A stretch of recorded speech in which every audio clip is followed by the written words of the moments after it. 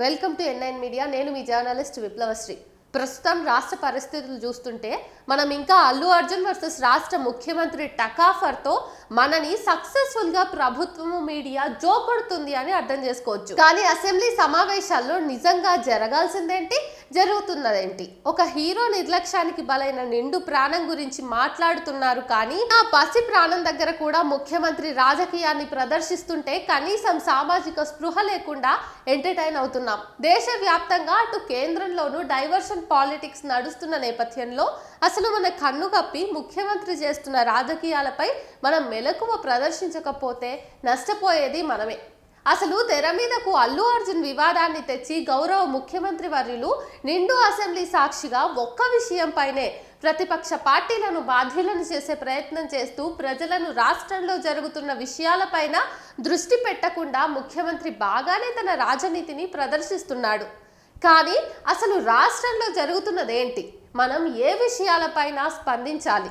అసలు అల్లు అర్జున్ విషయం అసెంబ్లీ సాక్షిగా చర్చించి లాగి మిగతా కీలక సమస్యల నుంచి మీడియాను ప్రజలను దారి మళ్లిస్తుంటే కనీసం స్పృహలో లేని మనని మనం ఏమనుకోవాలి? అసలు తెలంగాణలో జరుగుతున్నదేంటి? కాంగ్రెస్ ప్రభుత్వం ఏ హామీలు ఇచ్చి అధికారంలోకి వచ్చింది?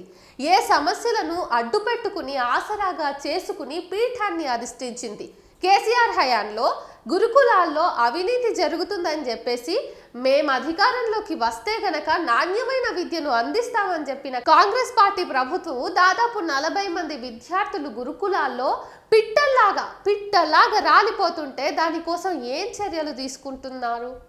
అసలు మాట్లాడరు. విద్యార్థులకు ఆత్మస్థైర్యాన్ని నింపడం కోసం ఏ విధమైన పరిష్కార మార్గాలు వెతుకుతున్నారో చెప్పకుండా అసెంబ్లీలో అల్లు అర్జున్ గురించి మాట్లాడటం విడ్డూరంగా ఉంది. అల్లు అర్జున్ గురించి మాట్లాడటం తప్పు కాదు, కానీ అసెంబ్లీ సాక్షిగా ఎన్నో సమస్యలను పక్కన పెట్టి కీలకమైన అసెంబ్లీ సమయాన్ని వృధా చేయటం తప్పు కాదా?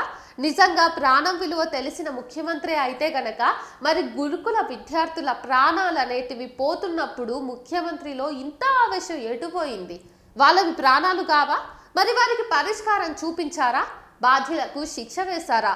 ప్రతిపక్షంలో ఉన్నప్పుడు నల్లమల అడవుల సాక్షిగా చెంచు ప్రజలను, అడవి జంతువులను రక్షిస్తామని చెప్పి ప్రతిపక్ష నాయకులుగా అధికార పార్టీ విధానాలను తప్పుపడుతూ యురేనియం తవ్వకాల వ్యతిరేక పోరాట సమితిలో పూర్తి స్థాయిగా బాధ్యతను వహించినటువంటి అప్పటి అచ్చంపేట నియోజకవర్గ కాంగ్రెస్ ఇన్ఛార్జ్ చిక్కుడు వంశీకృష్ణ గారు, అలాగే మల్కాజ్గిరి ఎంపీ రేవంత్ రెడ్డి గారు ఇప్పుడు అధికారం వచ్చాక ఒకరు ఎమ్మెల్యేగా మరొకరు ముఖ్యమంత్రిగా నల్లమల అడవులను అడ్డుపెట్టుకుని మరీ అధికారంలోకి వచ్చి ఇప్పుడు అదే నల్లమలలో నివసిస్తున్నటువంటి చెంచు ప్రజలను అడవుల సంరక్షణ పేరుతో, అలాగే పులుల సంరక్షణ పేరుతో బలవంతంగా వాళ్ళను తరలిస్తూ వారి హక్కులను హరిస్తూ రాజ్యాంగ వ్యతిరేకంగా నీళ్ల కోసం బోర్లు వేయిస్తున్నామనే సాకుతో యురేనియం కోసం అన్వేషణ చేస్తుంటే అక్కడ ప్రజల తరఫున మాట్లాడడానికి ప్రజాస్వామ్య గొంతులు కూడా అల్లు అర్జున్ అంటూ మోహన్ బాబు విషయాల గురించి వాళ్ళ కోసం మాట్లాడుతుంటే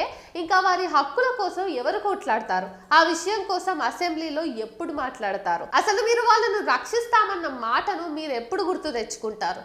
గతంలో ముఖ్యమంత్రి హోదాలో కేసీఆర్ గారు యురేనియం తవ్వకాలను విరమించుకుంటున్నామని చెప్పి అసెంబ్లీ సాక్షిగా ప్రజా పోరాటాలకు తలొగ్గి ప్రకటిస్తే ఈరోజు కనీసం ప్రతిపక్ష బీఆర్ఎస్ పార్టీ కూడా అసెంబ్లీలో ఈ సమస్యను లేవనెత్తకపోవటం వెనుక పరోక్ష మద్దతు ఉందని అనిపించడం లేదా?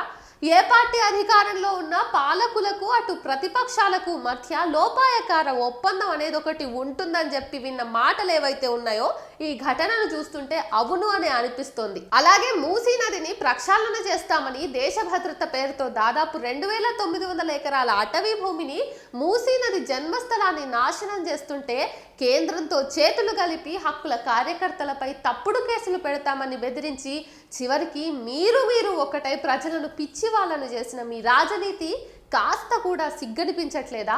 దామగుండం అడవిని పొట్టన పెట్టుకొని చెట్లను నరికేస్తే సమాధానం చెప్పాల్సి వస్తుందని చెప్పి దొంగతనంగా దొంగచాటుగా అడవిని తగలబెట్టి అనేక రకాల ఔషధ మొక్కలను బూడిద చేసి హైదరాబాద్ ఊపిరితిత్తులను పూర్తి స్థాయిలో నాశనం చేస్తున్న ఆ విధ్వంసానికి బాధ్యులు ఎవరంటారు? దొంగజాటు అనుమతులు ఇచ్చినటువంటి రాష్ట్ర ప్రభుత్వానిదా, లేదంటే దేశభక్తి పేరుతో అధికారంలోకి వచ్చి దేవుడి భూమిని అక్రమంగా స్వాహా చేసిన కేంద్ర ప్రభుత్వానిదా? సినిమా హీరోల బెడ్రూముల్లో కెమెరాలు పెట్టి ప్రజా సమస్యలను పట్టించుకొని మీడియాదా? లేదా ఇవన్నీ పట్టించుకోకుండా మోహన్ బాబు, అల్లు అర్జున్ అఘోరీ మాటల చుట్టూ ఆలోచనలు చేస్తున్న మనదా? అయినా కానీ నాకు గౌరవ ముఖ్యమంత్రి మీద నమ్మకం ఉంది.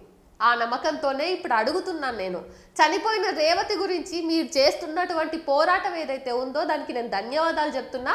అదే పంథాలో లగచర్ల బాధితుల కోసం, అలాగే హైడ్రా బుల్డోజర్ల కింద నలిగిపోయిన జీవితాల గురించి కూడా మీరు గొంతెత్తితే వినాలని ఎదురు చూస్తున్నాను నేను. అసలు పేద ప్రజలకు భూములను, ఇండ్లను ఇచ్చిందే కాంగ్రెస్ పార్టీ అని ఇందిరమ్మ అని మాట్లాడుకునే ప్రజల నోటి నుంచి కాంగ్రెస్ ప్రభుత్వం ఏర్పడి సరిగ్గా సంవత్సరం పూర్తి కాకుండానే ఈ ప్రభుత్వం మాకొద్దు మొర్రో అనే స్థితికి దిగజారడానికి గల కారణాలను విశ్లేషించుకోకపోతే గత ప్రభుత్వం లాగానే మీరు కూడా ప్రజాగ్రహానికి బలవ్వాల్సి వస్తుంది. దయచేసి అసెంబ్లీలో లగచర్ల బాధితులను ఎప్పుడు విడుదల చేస్తారో చెప్తే బాగుంటుందని భావిస్తున్నాం.